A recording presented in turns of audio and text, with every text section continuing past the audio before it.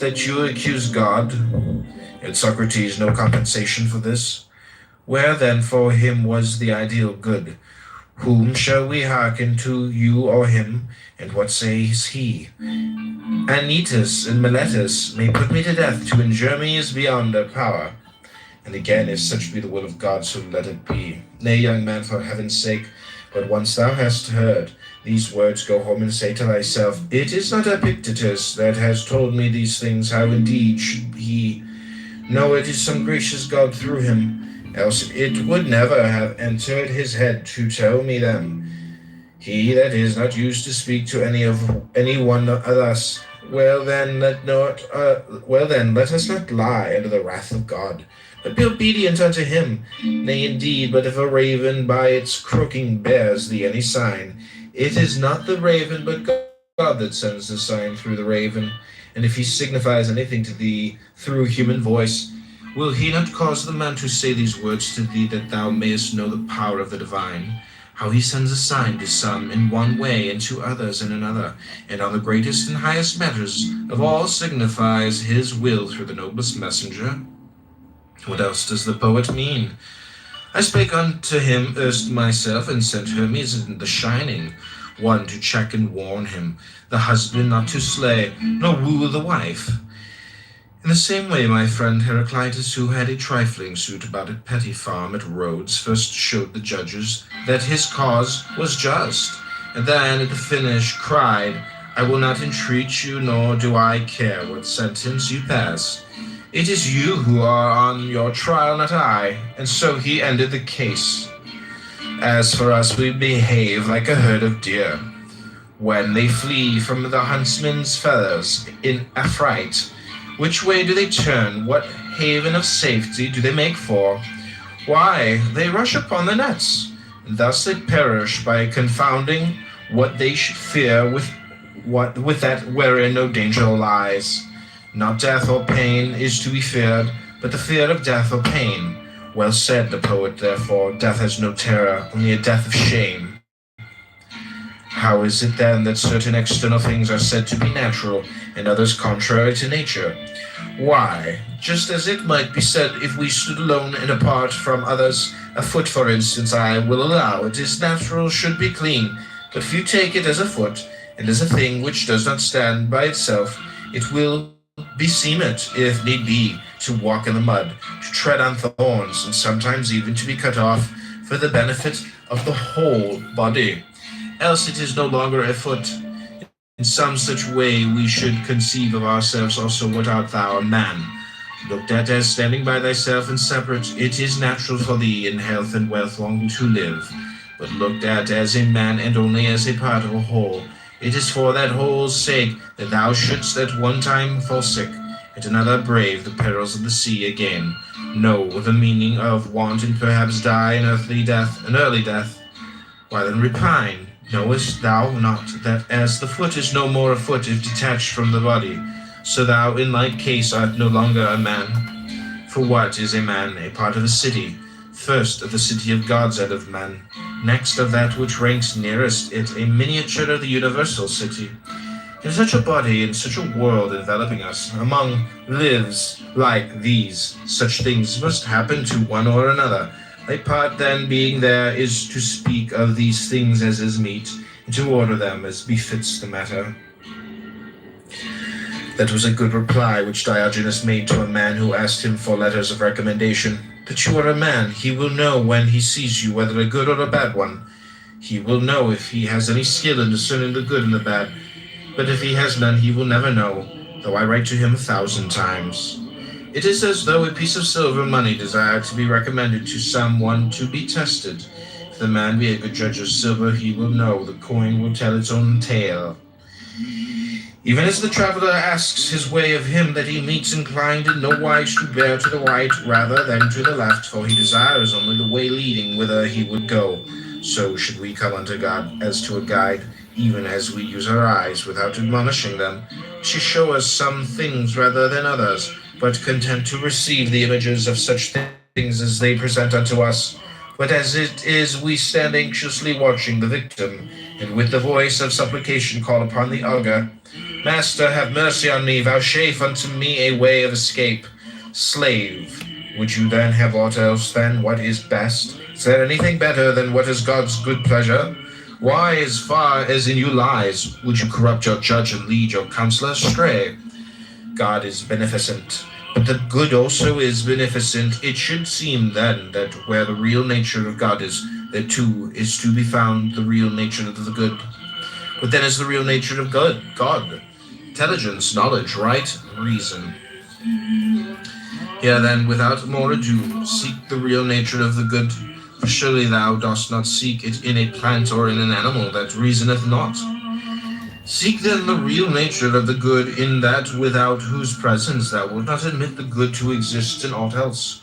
What then? Are not these other things also works of God? They are, but not preferred to honor, nor are they portions of God.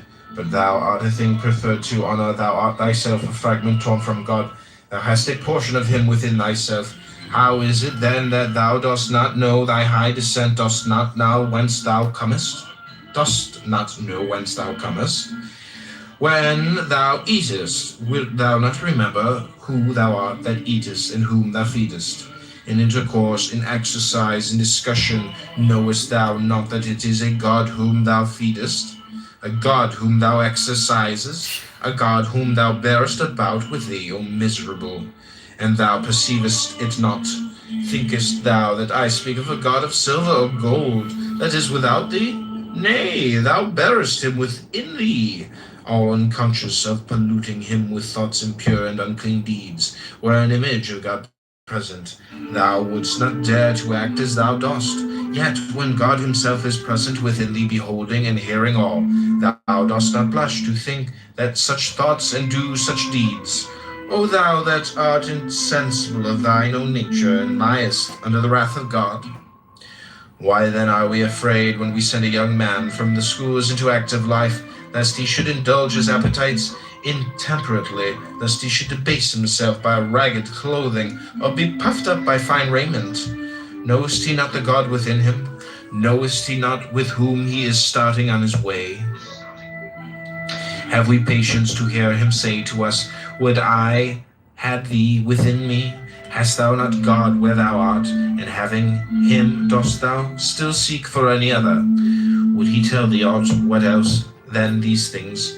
Why, wert thou a statue of Phidias, an Athena, or a Zeus, thou wouldst bethink thee both of thyself and thine artificer. And hadst thou any sense, thou wouldst strive to do no dishonor to thyself or him that fashioned thee, nor appear to beholders in unbefitting guise. But now, because God is thy maker, is that why thou carest not of that of what sort thou shalt know thyself to be. Yet how different the artists and their workmanship. What human artists' work, for example, has in the faculties that are displayed in fashioning it. Is it aught but marble, bronze, gold, or ivory? Nay, when the Athena of Phidias has put forth her hand and received therein a victory, in that attitude she stands for evermore. But God's works move and breathe, they use and judge the things of sense, the workmanship of such an artist. Wilt thou dishonor him? Aye, when he not only fashioned thee, but placed thee like a ward in the care and guardianship of thyself alone, wilt thou not only forget this, but also do dishonor to what is committed to thy care?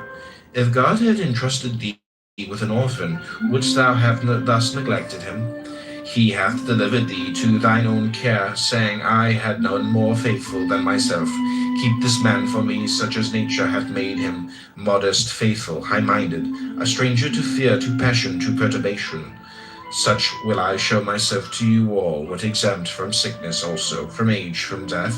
Nay, but accepting sickness and accepting death as becomes a god.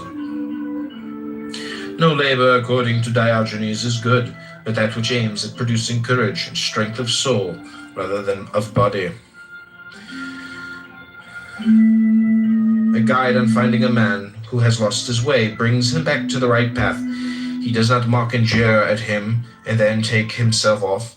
You also must show the unlearned man the truth, and you will see that he will follow, but so long as you do not show it to him. You should not mock, but rather feel your own incapacity.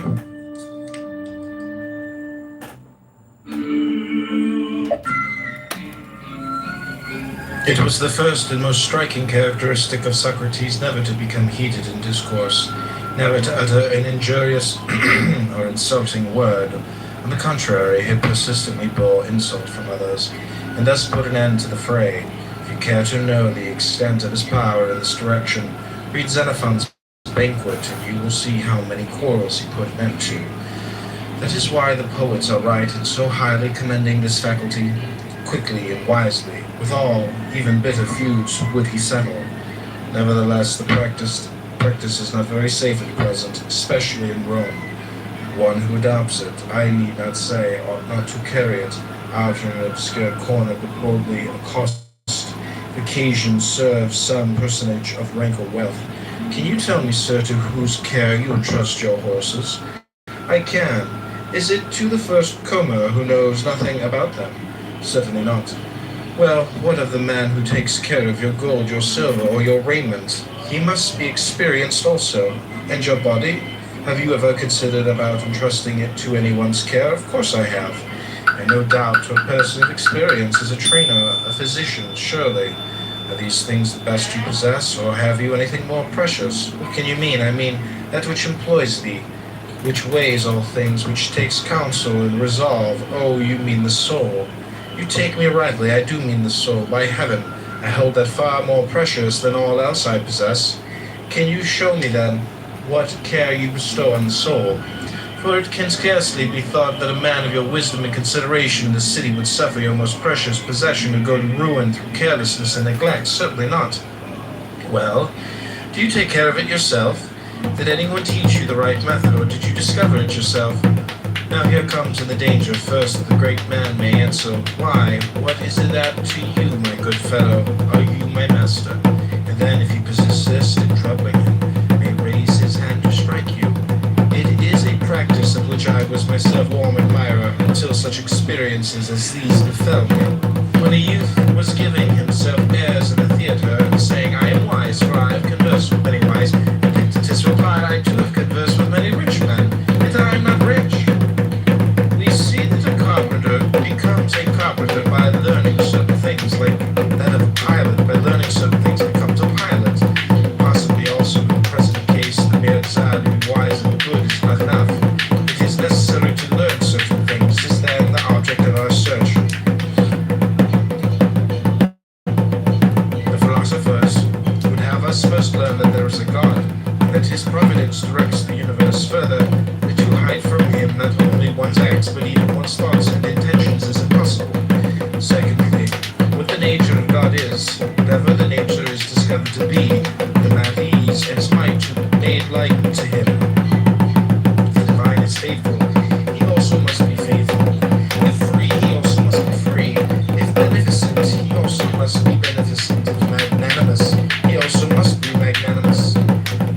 Thus, as an imitator of God, must he follow him in every deed and word.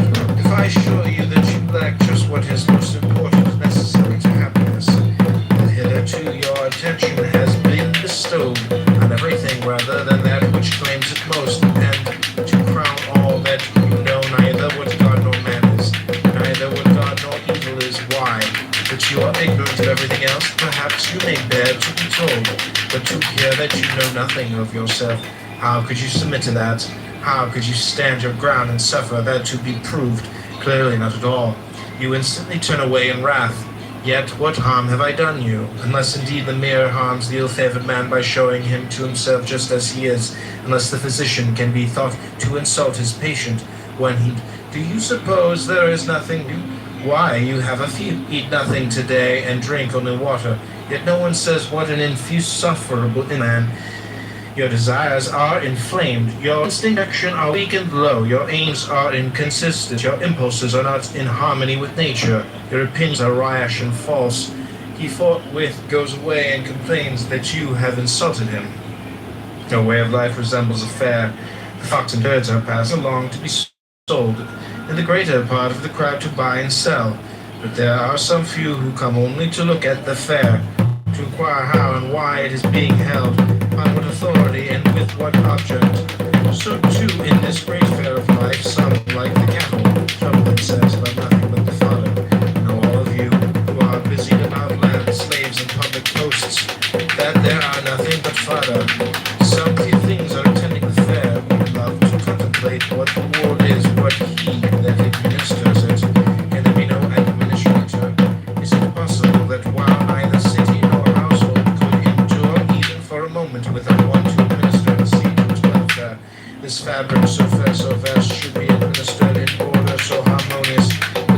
purpose, and by blind chance there is therefore an administrator. What is his nature, and how much and how does he administer?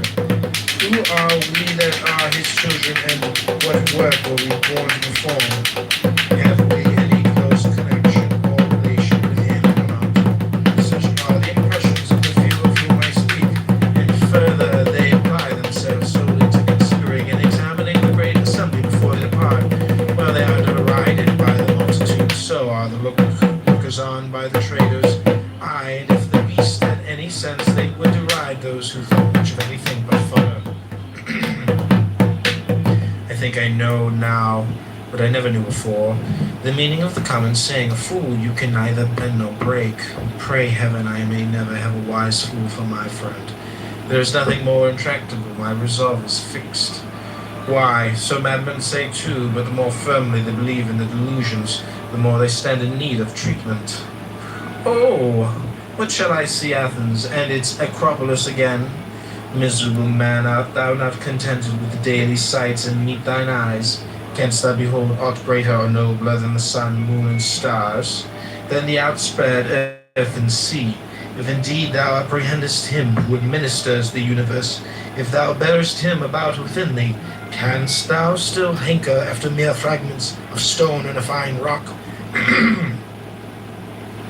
When thou art about to bid farewell to the sun and moon itself, wilt thou sit down and cry like a child? Why, what didst thou hear? What didst thou learn? Why didst thou write thyself down a philosopher, when thou mightest have written what was the fact, namely, I have made 1 or 2 compendiums. I have read some works of Chrysippus, and I have not even touched the hem of philosophy's robe. Friend, they hold in desperate grasp verities too late of freedom, of tranquility, of greatness of soul. Lift up thy thread, lift up thy head, as one escaped from slavery. Dare to look up to God and say, deal with me henceforth as thou wilt. Thou and I are one of one mind. I am thine, I refuse nothing that seemeth good to thee. Down whither thou wilt, clothe me in what garb thou pleasest. Wilt thou have me a ruler or a subject, at home or in exile, poor or rich?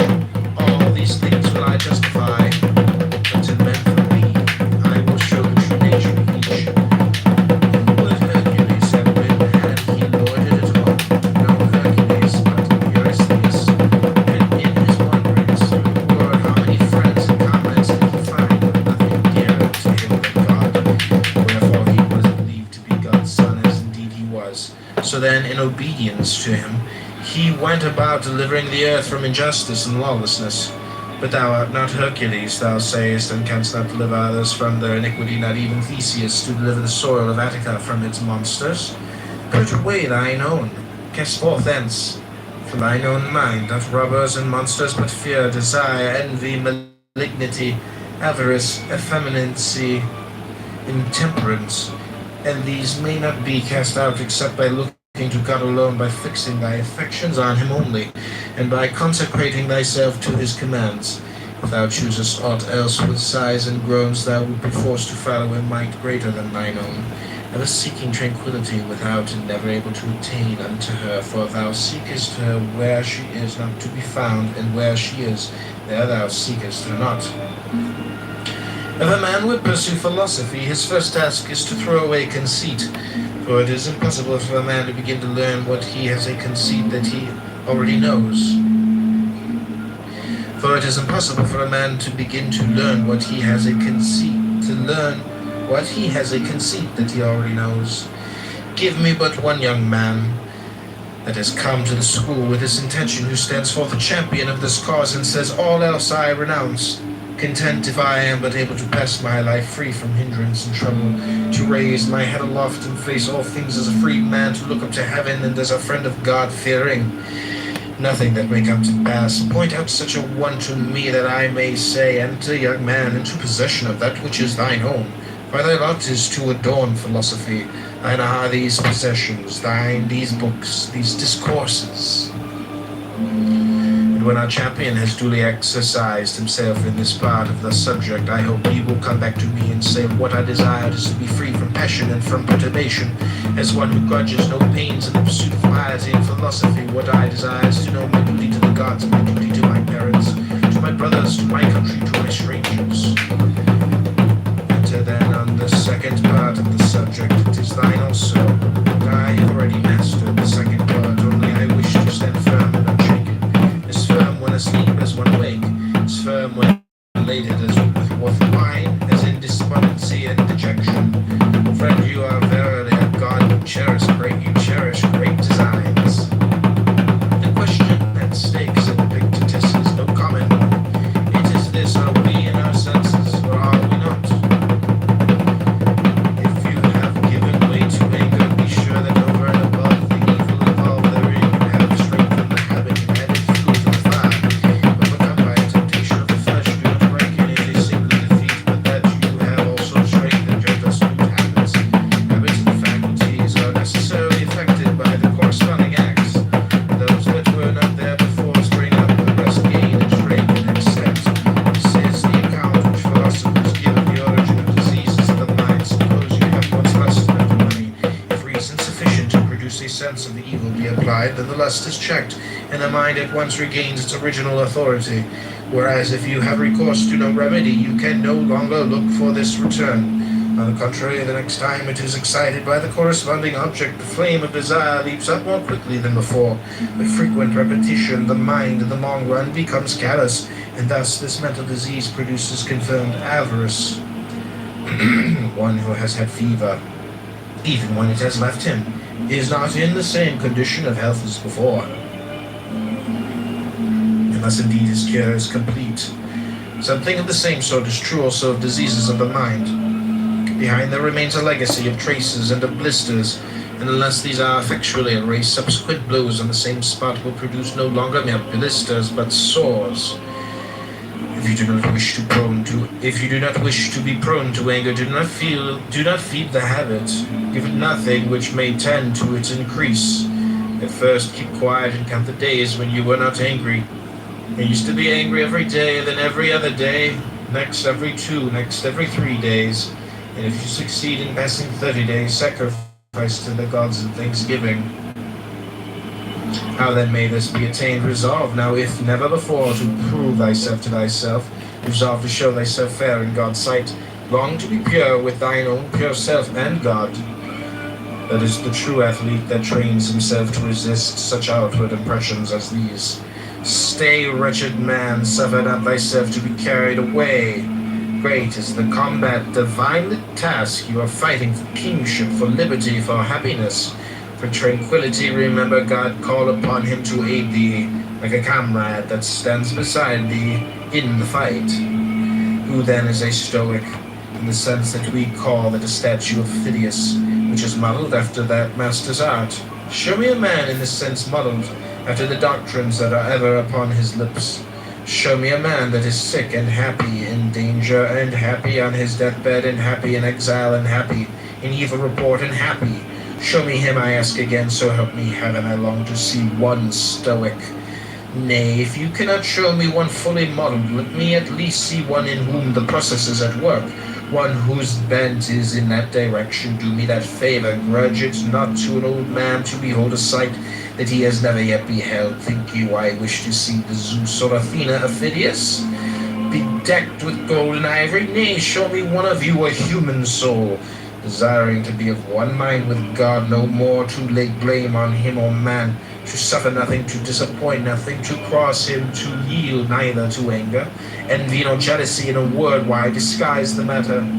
One that from a man would fain become a god, one that while still imprisoned in this dead body makes fellowship with God his aim. Show me him. Ah, you cannot. Then why mock yourselves and delude others? Why stalk without, tricked out in other men's attire, thieves and robbers that you are, names and things to which you can show no title?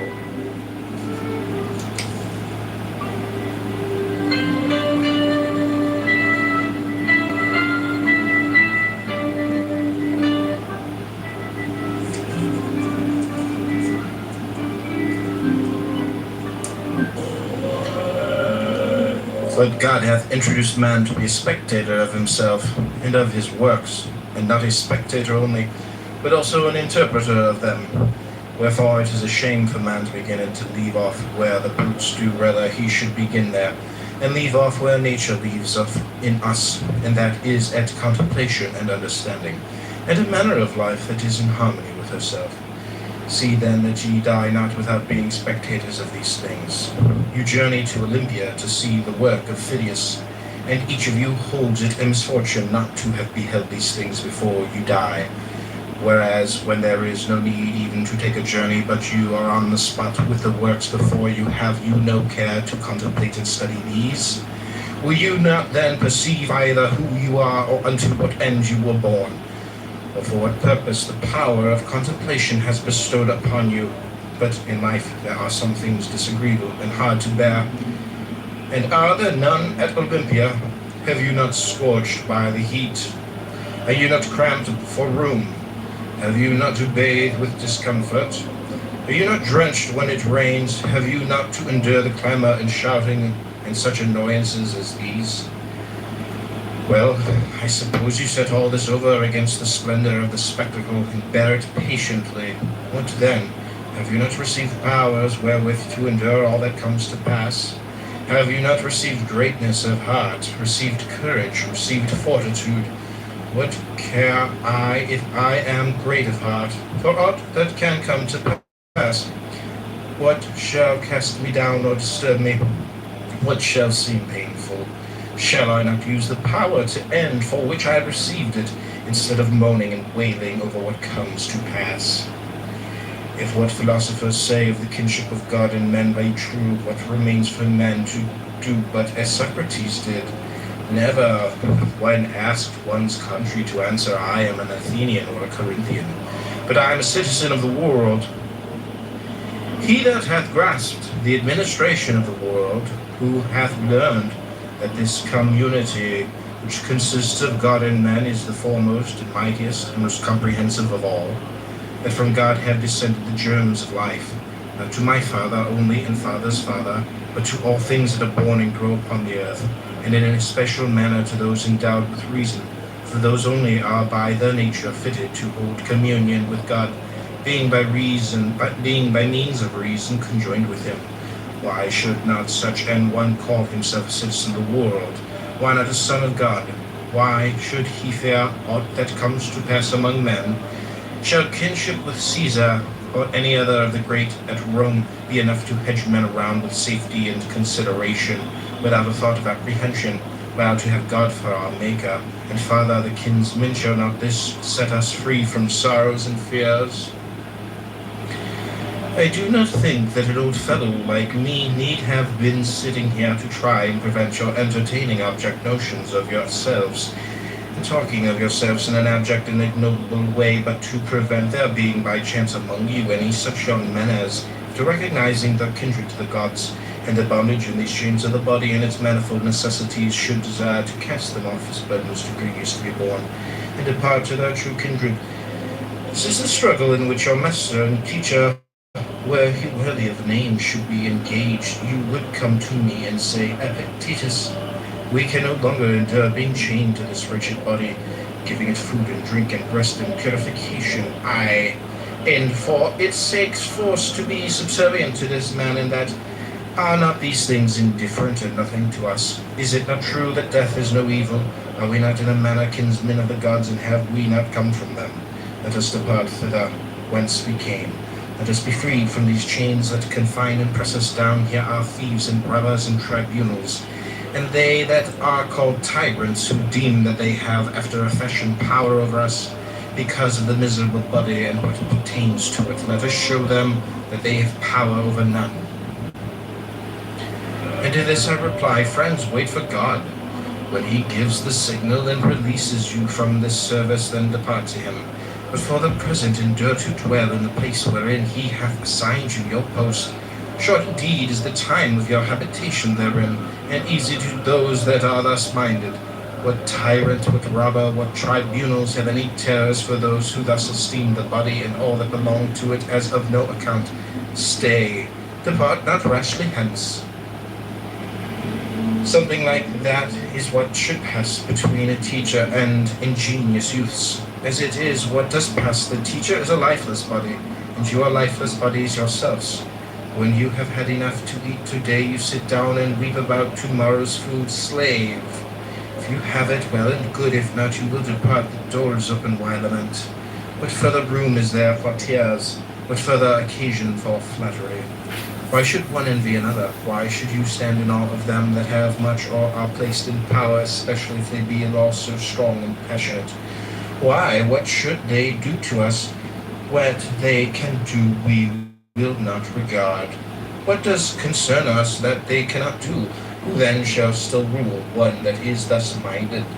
Seeing this then, and noting well the faculties which you have, you should say, send now, O God, any trial that thou wilt, though I have means and powers given me by thee to acquit myself with honor through whatever comes to pass. No, but there you sit trembling for fear certain things should come to pass, and moaning and groaning and lamenting over what does come to pass, and then you upbraid the gods. Such meanness of spirit can have but one result: impiety. Yet God has not only given us these faculties by means of which we may bear everything that comes to pass without being crushed or depressed thereby, but like a good king and father, he has given us this without let or hindrance, placed wholly at our own disposition, without reserving to himself any power of impediment or restraint. Though possessing all these things free and all your own, you do not use them.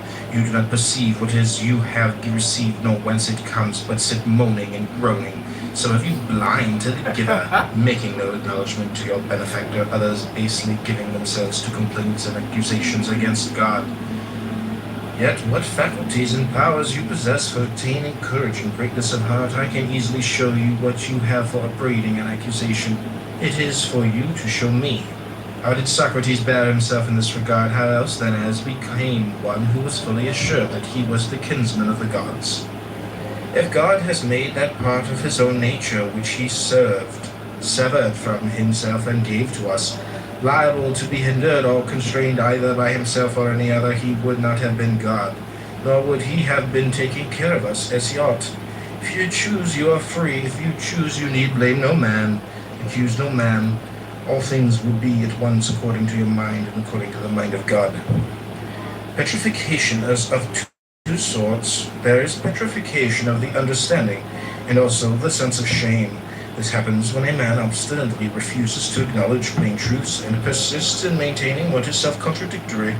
Most of us dread mortification of the body and would spare no pains to escape anything of that kind, but of mortification of the soul we are utterly heedless. With regard indeed to the soul, if a man is in such a state as to be incapable of following or understanding anything, I grant you we do think him in a bad way. But mortification of the sense of shame and modesty, we go so far as to double strength of mind.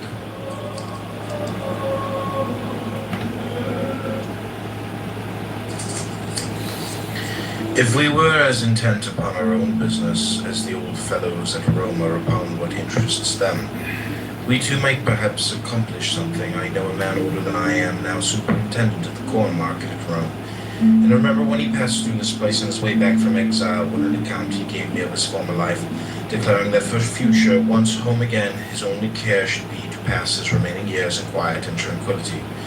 For how few years have I left, he cried. That, I said, you will not do. But the moment the scent of Rome is in your nostrils, you will forget it all, and if you can but gain admission to court, you'll be glad enough to elbow your way in, and thank God for it. Epictetus, he replied, if you ever find me setting as much as 1 foot within the court, think what you will of me. Well, as it was, what did he do ere ever he entered the city? He was met by dispatch from the emperor. He took it and forgot the whole of his resolutions. From that moment he has been piling one thing upon another. I should like to be beside him to remind him of what he said when passing this way, and to add how much better a prophet I am than you. What then? Do I say man is not made for an active life? Far from it, but there is a great difference between other men's occupations and ours. A glance at theirs will make it clear to you. All day long they do nothing but calculate, contrive, consult how to wring their profit out of foodstuffs, farm plots, and the like.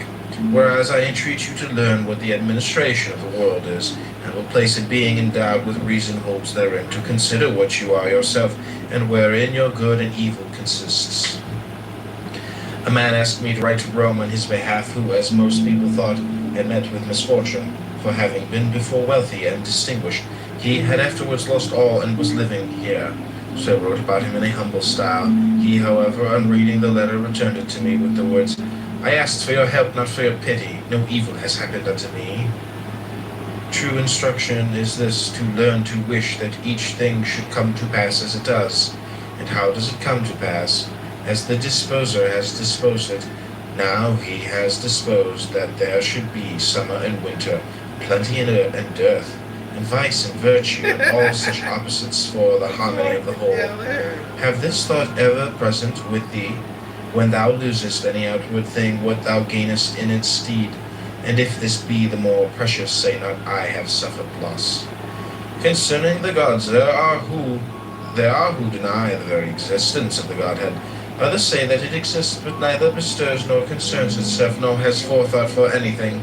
Third party attribute to it existence and forethought, but only for great and heavenly matters, not for anything that is on earth. A fourth party admit things on earth as well as in heaven, but only in general, and not with respect to each individual. A fifth of whom were Ulysses and Socrates, are those that cry, I move not without thy knowledge. Considering all these things, the good and true man submits his judgment to him that administers the universe, even as good citizens, to the law of the state. And he that is being instructed should come thus minded, how may I in all things follow the gods? And how may I, satisfied with the divine administration? And how may I become free? For he is free for whom all things come to pass, according to his will, and whom none can hinder. What then is freedom? Madness? God forbid, for madness and freedom exist not together. But I wish all that I desire to come to pass, and in the manner that I desire. You are mad, you are beside yourself. Know you not that freedom is a glorious thing and of great worth? But that what I desired at random, I should wish at random to come to pass, so far from being noble, may well be exceeding base. You must know that it is no easy thing for a principle to become a man's own, unless each day he maintained it, and hear it maintained, as well as work it out in life. You are impatient and hard to please. If alone you call it solitude, if in the company of men you dub them conspirators and thieves, and find fault with your very parents, children, brothers, and neighbors, whereas when by yourself you should have called it tranquility and freedom, and herein deemed yourself like unto the gods. And when in the company of the many you should not have called it a wearisome crowd and tumult, but an assembly and a tribunal, and thus accepted all with contentment. What then is the chastisement of those who accept it? Not to be as they are. Is any discontented with being alone? Let him be in solitude.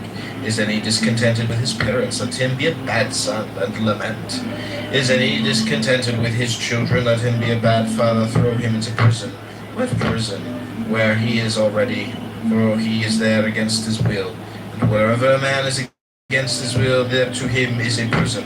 Thus Socrates was not in prison, since he was there with his own consent.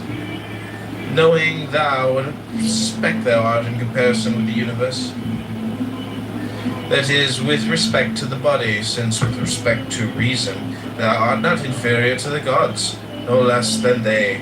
For the greatness of reason is not measured by length or height, but by the resolves of the mind. Place then thy happiness in that wherein thou art equal to the gods. Asked how a man might eat acceptably to the gods, and Epictetus replied, if when he eats he can be just, cheerful, equable, temperate, and orderly, can he not thus eat acceptably to the gods? But when you call for warm water, and your slave does not answer, or when he answers brings it lukewarm, or is not even found to be in the house at all, then not to be vexed, nor burst with anger, is not that acceptable to the gods? But how can one endure such people? Slave, will you not endure your own brother, that has got to his forefather, even as a son sprung from the same stock, and of the same high descent as yourself? And if you are stationed in a high position, are you therefore forthwith to set up for a tyrant? Remember who you are and whom you rule, that they are by nature your kinsmen, your brothers, the offspring of God. But I paid a price for them, not they for me. Do you see whither you are looking? Down to the earth, to the pie, to the pit, to those despicable laws of the dead, to the laws of the gods you do not look. When we are invited to a banquet, we take what is set before us, and were one to call upon his host to set fish upon the table or sweet things, he would be deemed absurd.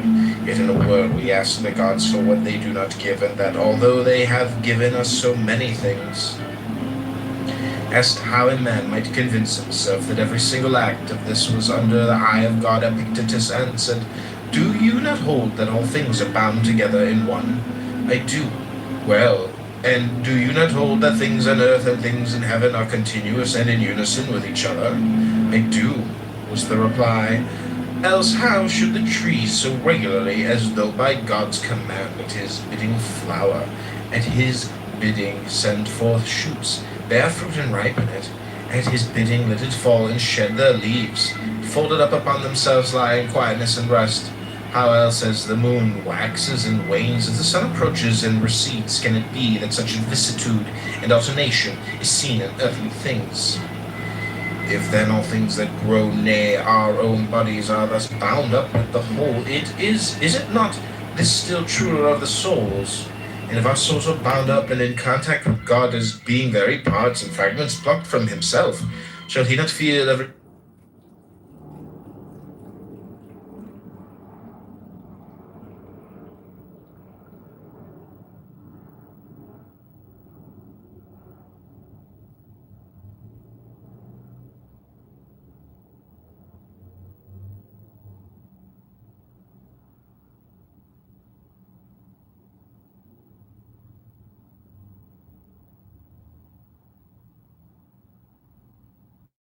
All right, here we go.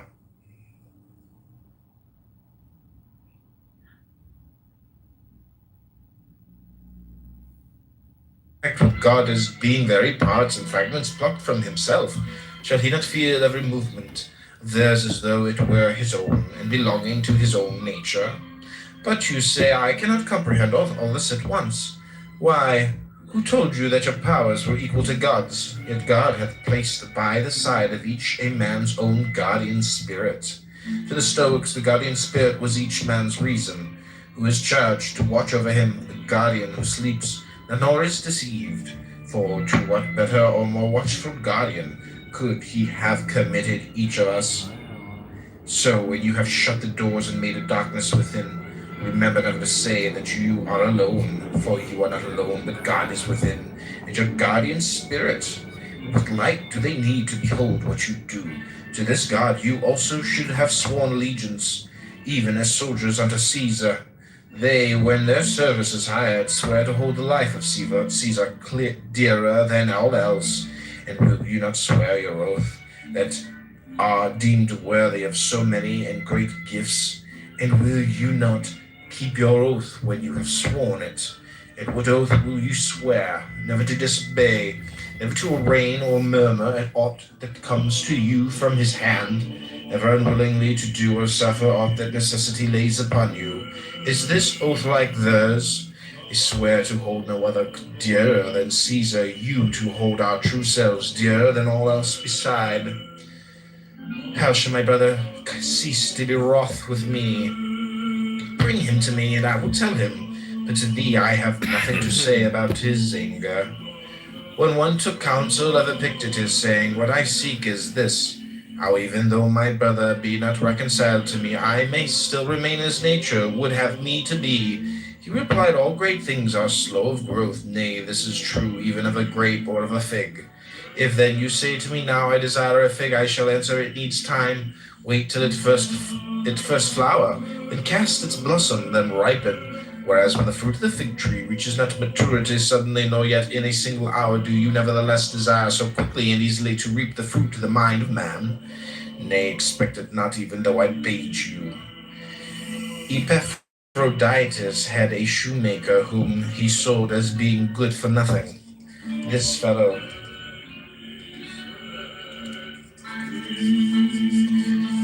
by some accident was afterwards purchased by one of Caesar's men, and became shoemaker to Caesar. You should have seen what respect he for a deed has paid him then. How does the good Felicien kindly let me know? And if any of us inquired, what is Epaphroditus doing? The answer was, he is consulting about so and so with Felicien. Had he not sold him as good for nothing, who had in a trice converted him into a wiseacre? This is what comes of holding of importance anything but the things that depend on the will. What you shun, enduring yourself, attempt not to impose on others. You shun slavery. Beware of enslaving others. If you can endure to do that, one would think you had been once upon a time a slave yourself. For vice has nothing in common with virtue, nor freedom with slavery. Has a man been raised to the tribuneship? Every one that he meets congratulates him. One kisses him on the eyes, another on the neck, while the slaves kiss his hands. He goes home to find torches burning. He ascends to the Capitol to sacrifice. Whoever sacrificed for having had right desires, for having conceived such inclinations as nature would have him. In truth, we thank the gods for that wherein we place our happiness. A man was talking to me today about the priesthood of Augustus. I said to him, let the thing go, my good sir. You will spend a great deal to no purpose. Well, but my name will be inserted in all the documents and contracts. Will you be standing there to tell those that read them, that is my name written there? And even though you could now be there in every case, what will you do when you are dead? At all events, my name will remain. Inscribe it on a stone, and it will remain just as well, and think beyond Nicopolis what memory of you will there be. But I shall have a golden wreath to wear. If you must have a wreath, get a wreath of roses and put it on. You will look more elegant. Above all, remember that the door stands open. Be not more fearful than children, but as they, when they weary of the game, cry, I will play no more.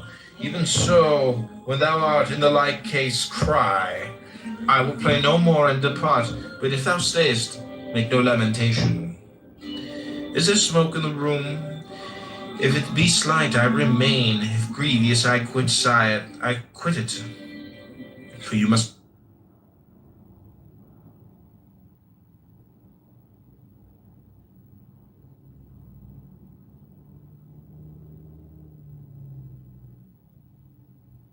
applications. The question is, should it be illegal for AI to take people's jobs?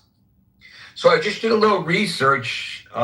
Since the beginning of this decade, there have been hundreds of thousands of people whose jobs have been displaced by AI or robotics.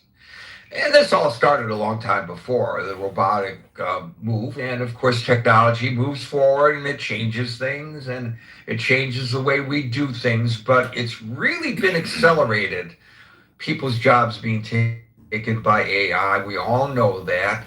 We even see actors worried about their voice work going away because AI can emulate their voices. We're going to see newscasters and